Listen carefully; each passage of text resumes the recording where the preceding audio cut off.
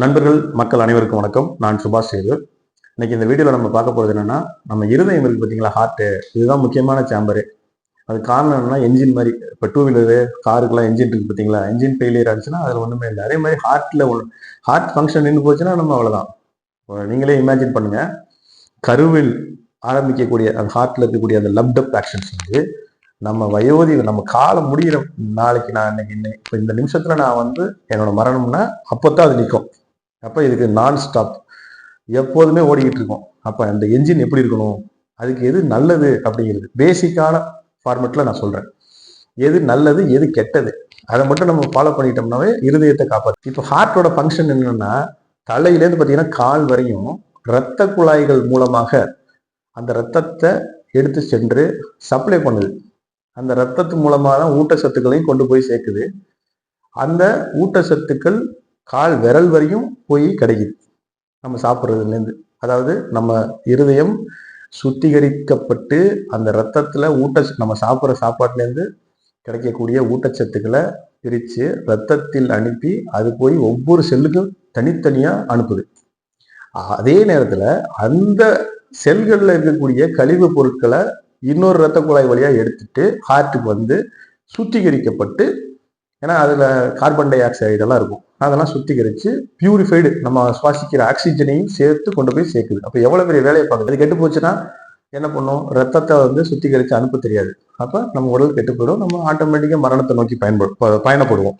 அதனால இந்த இருதயம்ங்கிறது, ஹார்ட்ங்கிறது எவ்வளவு முக்கியமானது அப்படிங்கறத நான் பேசிக்கா சொல்றேன். இந்த ஹார்ட் நல்லா செயல்படணும்னா நம்ம என்னென்ன செய்யணும் அப்படின்னு பாத்தீங்கன்னா, தீட்டப்படாத பழுப்பு நிற அரிசி. தீட்டப்படாத, நம்ம கடையில் வாங்கினதெல்லாம் தீட்டப்பட்டது.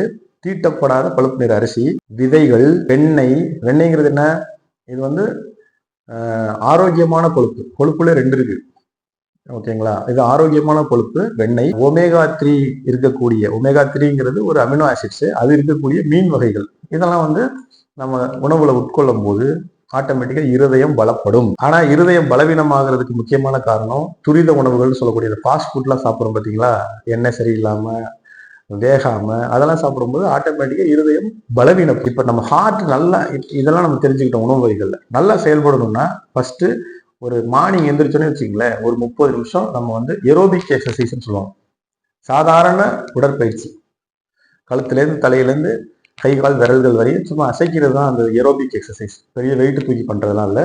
அதே மாதிரி ரொம்ப முக்கியமானது வந்து வாக்கிங், நடைப்பயிற்சி. அந்த நடைப்பயிற்சி பண்ணும்போது பார்த்தீங்கன்னா ஹார்ட் பம்பிங் நல்ல சீராக இருக்கும். அப்போ இருதய மசில்ஸ்லாம் இருக்கு பார்த்தீங்களா, அது நல்ல ஃபங்க்ஷனில் இருக்கும். மன அழுத்தம்னு ஒன்று இருக்கு, நமக்கு ஸ்ட்ரெஸ் இருக்கும் பார்த்தீங்களா, பொருளாதார மன அழுத்தம், பிசிக்கலா இருக்கக்கூடிய மன அழுத்தம், வலியினால வரக்கூடிய மன அழுத்தம், உறவினர்களால் இருக்கக்கூடிய மன அழுத்தம், இதெல்லாம் இருக்கும். இதெல்லாம் வந்து இருதயத்தை பாதிக்கும். அது என்ன பண்ணும்னா, இந்த மன அழுத்தம் ஸ்ட்ரெஸ்ஸை ஏற்படுத்தி இருதய மசில்ஸை வந்து பலவீனப்பட செய்யும்.